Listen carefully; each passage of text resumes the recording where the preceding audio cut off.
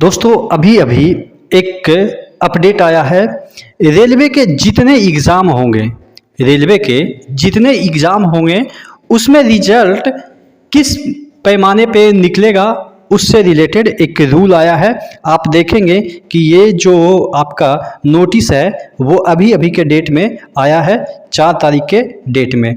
अब यहाँ पे देखिएगा 4/11/2024 के डेट में ये नोटिस आया है। इसमें क्या चीज़ें दे रखी है वही हम इस वीडियो में बात करेंगे। चैनल पे नए हैं तो सब्सक्राइब कर लीजिएगा, और अगर आप रेलवे की कोई एग्ज़ाम की तैयारी कर रहे हैं तो यहाँ पे आपको किरण पब्लिकेशन की कुछ बुक जो है वो आपको पढ़ना ज़रूरी है, चूँकि ये आपके एग्ज़ाम से ही रिलेटेड है। एक प्रॉक्स जो है वो 99% अप्रोच जो कि इसमें आपको मिल जाएगा। सामान्य ज्ञान के एनसीईआरटी पैटर्न पे आधारित इस बुक को आप ले लीजिएगा। उसके बाद आपके रेलवे ऑल एग्ज़ाम सामान्य जानकारी एवं सामान्य विज्ञान के सॉल्व पेपर चैप्टर वाइज आपको ये मिल जाएगा। यहाँ पे आपको 3790 प्लस ऑब्जेक्टिव क्वेश्चन मिल जाएंगे। रीजनिंग के लिए अभी तक 1996 से लेके जितने भी रेलवे के एग्जाम हुए हैं सभी का कलेक्शन ये आपके किरण पब्लिकेशन के इस बुक में है। तो चैप्टर वाइज टाइप वाइज यहाँ पे आपको मिल जाएंगे रीजनिंग के सभी प्रश्न। और मैथमेटिक्स की हम बात करें तो सॉल्व पेपर जो कि 96 से लेकर अब तक TCS PYQ को भी कवर करता है, ये भी आप परचेज कर लीजिएगा, जिससे कि आपकी तैयारी जो है वो 100% सभी एग्जाम के लिए रेलवे के हो जाएगा। नीचे डिस्क्रिप्शन बॉक्स में इसका लिंक दिया हुआ है। तो मैं बात कर रहा था कि ये जो नोटिस आई है क्या एक्चुअली में ये नोटिस है। देखिएगा यहाँ पे जो एक नोटिस आई है लिखा है recruitment to various post in various level of 7 CPC matrix. देखिएगा नोटिस ऑन नॉर्मलाइजेशन मेथड जो मेथड है for computer based CBT exam for all centralize employment notice जो CEN है, यानी कि जो नॉर्मलाइजेशन का मेथड है उसको यहाँ पे बताया गया है। हालांकि जो मेथड है वो पुराना ही है, लेकिन थोड़ा सा बाइफरकेट किया गया है कि कैसे आपका नॉर्मलाइजेशन होगा। यहाँ पे देखिएगा सबसे पहले नॉर्मलाइजेशन आपके रॉ मार्क्स पे नहीं होगा।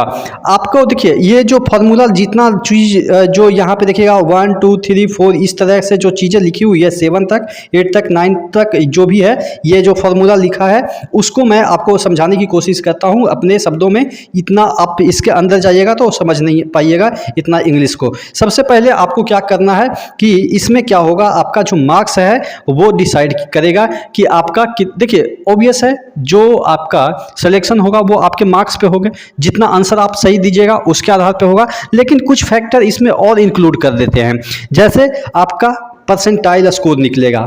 अब देखिए एक परसेंटेज होता है, एक होता है परसेंटाइल और एक होता है नॉर्मलाइजेशन। तीनों अलग अलग चीज़ है। एक होता है रॉ नंबर, ठीक है। तो सबसे पहले आपका रॉ नंबर आएगा। जैसे सपोज आप 75 नंबर लाएं, काट पीट के 75 या 75.5 लाएं, या जो भी है 5 तो नहीं हो सकता है, 0.33 के मल्टीपल में जो भी होगा तो कुछ भी लाए। सपोज एक 75 नंबर मान लेते हैं, आपने लाया 100 में 75 नंबर लाया, तो उसको फिर परसेंटाइल में कन्वर्ट किया जाएगा। परसेंटाइल में जब कन्वर्ट होगा उसके बाद इस प्रोसेस के बाद वो जाएगा नॉर्मलाइजेशन में, फिर जाके आपका मेरिट बनेगा। यानी कि आपके रॉ नंबर पहले एक इस तरीके से समझिए कि एक आपने एक रॉ नंबर लाया, सपोज वो कन्वर्ट होके परसेंटाइल में चला जाएगा, वो कन्वर्ट होके आपके नॉर्मलाइजेशन में, ठीक है। रॉ नंबर, परसेंटाइल और उसके बाद यहाँ पे नॉर्मलाइजेशन, तो इस पे आपका मेरिट बनेगा। परसेंटेज और परसेंटाइल में अंतर आपको समझ में आ गया होगा। परसेंटेज का मतलब होता है 100 में 10 अगर यानी कि है तो 10%। लेकिन अगर परसेंटाइल की हम बात करें कि अगर आप -10 नंबर भी लाते हैं तो आपका परसेंटाइल 100 हो सकता है। कैसे? अगर आपने -10 लाया और किसी बंदे ने जो आपके साथ परीक्षा दे रहा है वो -25 लाया, -26 लाया, तो माइनस आप 10 लाते हुए भी 100 मार्क्स का कोई पेपर है, आप -10 लाएं और सभी आपसे कम लाएं तो आपका परसेंटाइल कितना हो जाएगा? आपका 100 परसेंटाइल होगा। लेकिन परसेंटेज की हम बात करें तो निगेटिव परसेंटेज चल जाएगा, 10% चल जाएगा। या आप सपोज 10 नंबर लाएं, एक पॉजिटिव में फिगर समझाते हैं, 10 नंबर लाएं तो आपका परसेंटेज कितना हो गया, 10% आपने मार्क्स लाया। लेकिन परसेंटाइल हम बात करें तो वो हो गया 100 परसेंटाइल, ठीक है। तो कहने का मतलब ये है कि इतना फार्मूला जो दे रखा है वही दे रखा है कि पहले परसेंटाइल आएगा, उसके बाद वही जो परसेंटाइल है वो नॉर्मलाइजेशन में जाके कन्वर्ट होगा। अब नॉर्मलाइजेशन कैसे निकलेगा, उसका यहाँ पे एक बेस शिफ्ट माना जाएगा, जो हाईएस्ट मीन रखेगा, जिस भी शिफ्ट में हाईएस्ट मीन आएगा उसको एक बेस शिफ्ट माना जाएगा। उसके बाद यहाँ पे आपके नॉर्मलाइजेशन उस बेस शिफ्ट के आधार पे नॉर्मलाइजेशन आपके मार्क्स का किया जाएगा। तो इस तरीके से ये फार्मूला उतना समझने की कोई ज़रूरत नहीं है, क्योंकि ये पता नहीं कैसे क्या निकालते हैं, लेकिन इतना जो दे रखा है इंग्लिश, उसका मतलब यही हुआ कि आपका जो रा मार्क्स है वो परसेंटाइल में कन्वर्ट होगा, परसेंटाइल जाके नॉर्मलाइजेशन में कन्वर्ट होगा।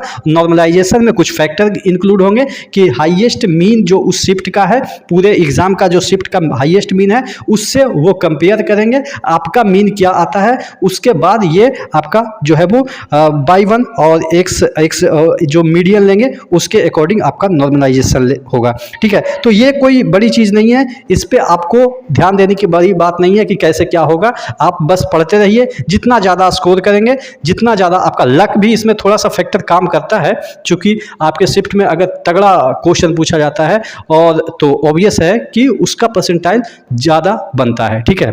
आशा करते हैं चीज़ें समझ में आई होगी। नेक्स्ट वीडियो मिलते हैं, तब तक के लिए जय हिंद।